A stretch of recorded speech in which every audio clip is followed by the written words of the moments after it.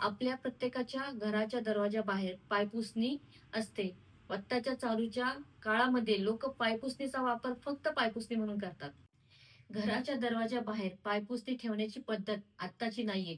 पूर्वी राजा महाराजांच्या राजवाड्याच्या महालाच्या दरवाजाच्या बाहेर पायपुसणी ठेवायची पद्धत होती. पण ते पूर्वीचे राजा महाराजा हे लोक पायपुसणी फक्त पायपुसणीसाठी ठेवत नव्हते.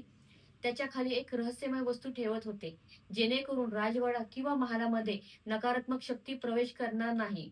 तीच वस्तू मी आज तुम्हाला सांगणार आहे.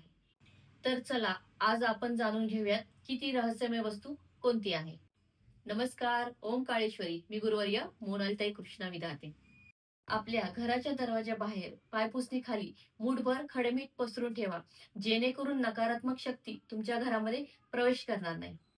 खडेमीठ पायपुसणी खाली ठेवल्याने आपल्या घरात येणारे व्यक्तीबरोबरची वाईट शक्ती येते ती बाहेरच राहते.